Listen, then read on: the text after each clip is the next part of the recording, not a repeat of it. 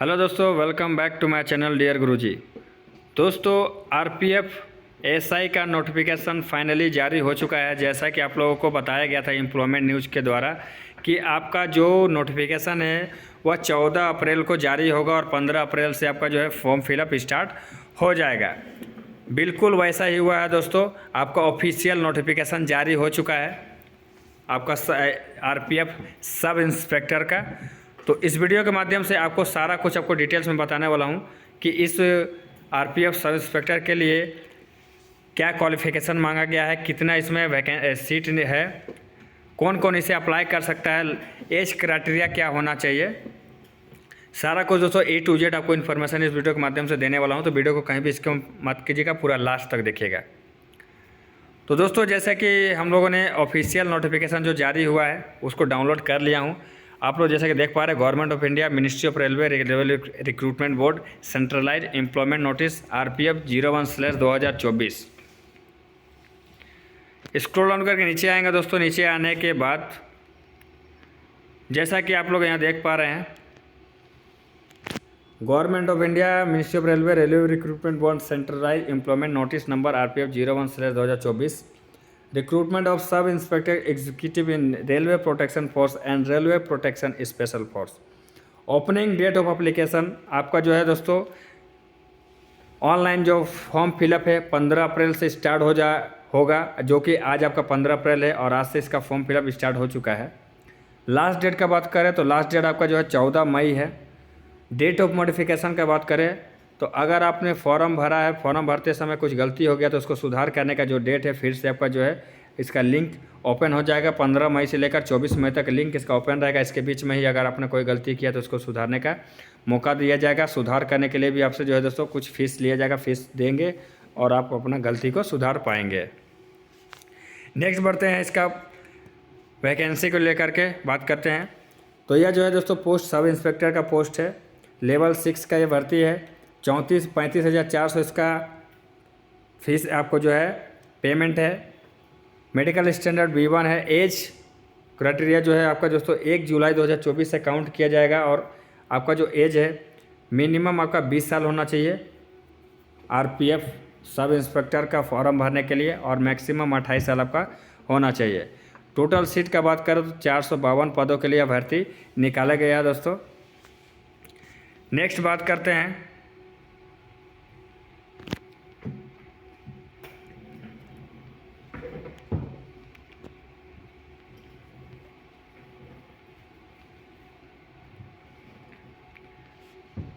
Next आपका जो है दोस्तों फोर्थ पॉइंट में आपका दिया गया है नेशनलिटी या सिटीजनशिप। तो a candidate must be a citizen of India. India का से आपका सिटीजनशिप होना चाहिए अगर आप फॉर्म को अप्लाई कर रहे हैं तो। एज लिमिट का बात करें, सब इंस्पेक्टर का पोस्ट है, prescribe as a normal course. Normal जो आपका एज मांगा जाता है वह आपका 20 से 25 साल आपका नॉर्मल एज मांगा जाता है और इसका जो एज काउंट है 1 जुलाई 2024 से किया जा रहा है। लेकिन as applicable to this CA number आपका जो इस बार जो एज 3 साल एक्स्ट्रा दिया गया है 20 साल से लेकर 28 साल तक, वो कोरोना काल के लिए कोविड-19 के कारण जो है दोस्तों आपको 3 साल एक्स्ट्रा रिलैक्सेशन दिया गया है। मतलब कि अगर आप जनरल कैटेगरी से, पहले नॉर्मल क्या होता है, जनरल कैटेगरी वाला 20 साल से 25 साल के जो अंदर है वही अप्लाई कर सकते थे। लेकिन इस बार जो आया वैकेंसी, जनरल कैटेगरी में अगर आपका 20 साल से 28 साल के अंदर एज है तो आप अप्लाई कर पाएंगे।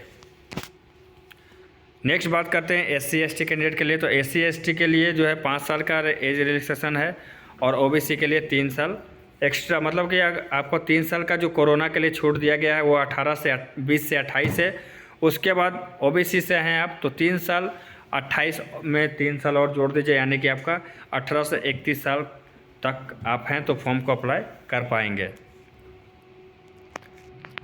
नेक्स्ट बढ़ते हैं, यहाँ पर एज ग्रुप के लेकर डिटेल्स में पूरा दे दिया गया है। 20 से 28 साल के अंदर आपका एज होना चाहिए। जो डेट ऑफ बर्थ है आपका क्या होना चाहिए, तो जनरल और EWS के लिए आपका डेट ऑफ बर्थ 2/7/1996 है तो आप फॉर्म को अप्लाई कर सकते हैं। OBC का है तो 2/7/1993 होना चाहिए। SC ST से है तो 2/7/1991 होना चाहिए। ऑल कैंडिडेट के लिए जो है जो डेट है नॉट लेटर देन 1/7/2024 से पहले होना चाहिए, बाद नहीं होना चाहिए दोस्तों। नेक्स्ट बात करते हैं इसका एजुकेशनल क्वालिफिकेशन का लेके। उससे पहले बात कर लेते हैं फ़ीस को लेकर के।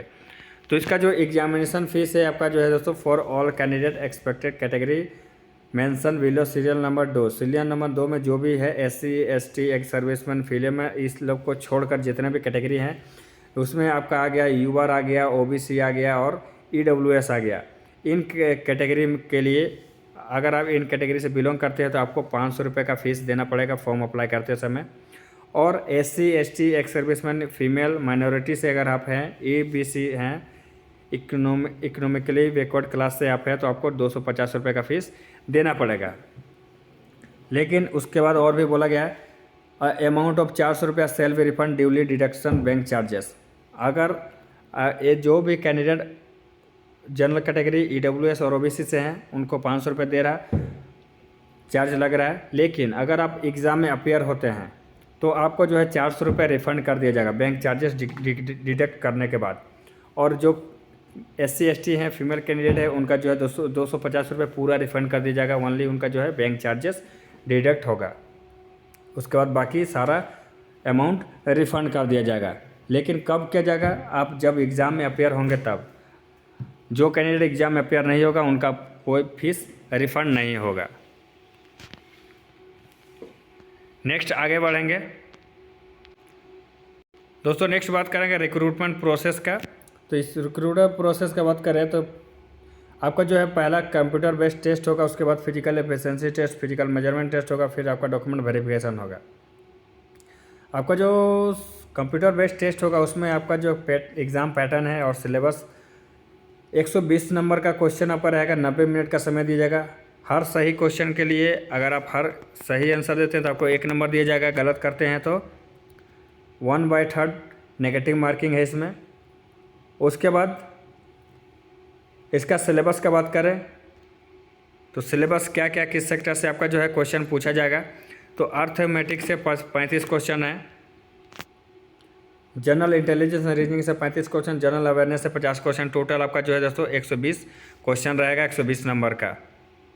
उसके बाद एग्ज़ाम क्वालिफाई करने के बाद यहाँ पर देखिए बोल दिया गया है candidate shortlisted on the basis of their performance CBT shall be called of for physical efficiency test, physical measurement test and document verification to be extend of 10 times the number of vacancy each category. मतलब कि हर category के लिए 10 गुना candidate को जो है उठाया जाएगा। मतलब कि अगर CBT आप एग्ज़ाम देने गए हैं तो फिजिकल के लिए जो भी कैंडिडेट क्वालिफाई करेगा 10 गुना कैंडिडेट सीट के 10 गुना के हिसाब से आपको जो है दोस्तों फिजिकल के लिए बुलाया जाएगा। फिर आपको फिजिकल में जो भी कैंडिडेट 10 गुना कैंडिडेट जो भी फिजिकल देने जाएंगे उसमें से नेक्स्ट स्टेज जो आपका जो डॉक्यूमेंट वेरिफिकेशन होगा और मेडिकल होगा वहाँ उसमें भी जो है दोस्तों वैकेंसी का जो है 10 गुना कैंडिडेट को बुलाया जाएगा। मतलब हर स्टेज में जो है दोस्तों 10 गुना कैंडिडेट को बुलाया जाएगा। नेक्स्ट बात करते हैं इसका PET में। तो PET के लिए जो है इसमें आपका सब इंस्पेक्टर मेल के लिए 1600 मीटर का रनिंग होगा, 6 मिनट 30 सेकंड का समय है। और फीमेल के लिए 800 मीटर का रनिंग है, 4 मिनट का समय दिया जाएगा। लॉन्ग जंप का बात करें तो मेल के लिए 12 फीट का लॉन्ग जंप है और हाई जंप 3 फुट 9 इंच है। सब इंस्पेक्टर फीमेल के लिए लॉन्ग जंप 9 फीट है और हाई जंप 3 फीट है। फिजिकल मेजरमेंट टेस्ट का बात करें तो जनरल कैटेगरी EWS और OBC के लिए मेल का हाइट 165 होना चाहिए, फीमेल का 157 होना चाहिए।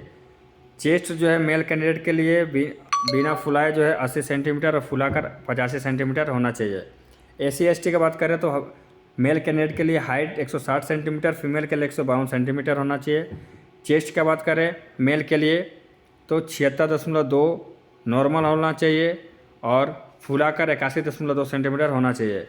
उसके बाद गोरखा गढ़वाली मराठा डोगरास के लिए जो है हाइट है जो मेल के लिए 163, फीमेल के लिए 155 सेंटीमीटर।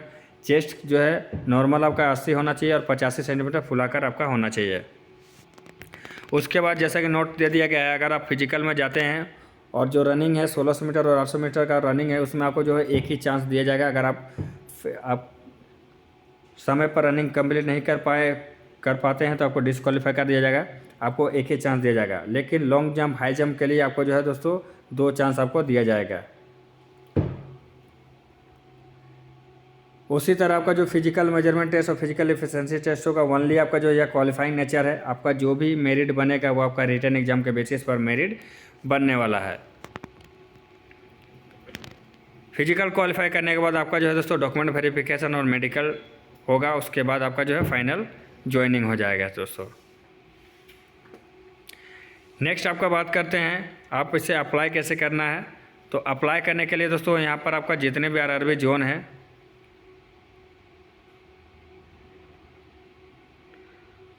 टोटल 21 आरआरबी जोन है। 21 आरआरबी जोन, जिस भी आप जोन आरआरबी जोन से अप्लाई करना चाहते हैं आप कर सकते हैं, लेकिन आप अगर एक से ज़्यादा एप्लीकेशन अप्लाई करेंगे तो आपको सारा रिजेक्ट कर दिया जाएगा। यहाँ पर क्लियर बोल दिया गया आप जिस भी जोन से अप्लाई कर रहे हैं ओनली आपको एक ही एप्लीकेशन अप्लाई करना है, एक से ज़्यादा नहीं करना है। तो यहाँ पर आपका लिंक दिया हुआ है, यहाँ पर आरआरबी जोन में जाकर क्रिएट एन अकाउंट वाले ऑप्शन पर जाना है। क्रिएट एन अकाउंट वाले ऑप्शन पर जाने के बाद आपका ईमेल आईडी और मोबाइल नंबर देकर आपको जो है अकाउंट क्रिएट करना है। और यहाँ पर ये क्लियरली बोल दिया गया आपका जो भी मोबाइल नंबर और ईमेल आईडी देंगे वह आपका जो है पर्सनल होना चाहिए, क्योंकि यह फिर बाद में अगर आप चेंज करने के लिए कोशिश करेंगे तो यह चेंज नहीं होगा। और जो भी आपका अपडेट होगा वो आपका मोबाइल नंबर और ईमेल आईडी के माध्यम से ही आपको दिया जाएगा आरआरबी की तरफ से। तो इसलिए आप कोशिश कीजिएगा कि आपका अपना पर्सनल ईमेल आईडी और मोबाइल नंबर होना चाहिए।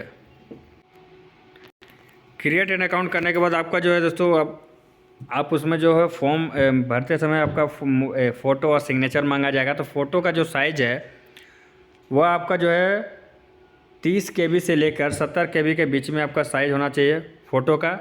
और फ़ोटो आपका जो है वेयरिंग अ डार्क ग्लासेस और कैप विदाउट, मतलब कि आपका फ़ोटो नॉर्मल होना चाहिए, कोई भी कैप आपका नहीं होना चाहिए लगा हुआ, ग्लास आपका नहीं लगा होना चाहिए, मतलब नॉर्मल फ़ोटो होना चाहिए, एकदम बराबर सिंपल में फ़ोटो होना चाहिए। बैकग्राउंड में वाइट कलर होना चाहिए। उसके बाद सिग्नेचर का बात करें तो सिग्नेचर जो है आपका उसका भी साइज़ आपका जो है 30 KB से 70 KB होना चाहिए और रनिंग हैंड राइटिंग में होना चाहिए, कैपिटल लेटर में आपका साइन नहीं होना चाहिए।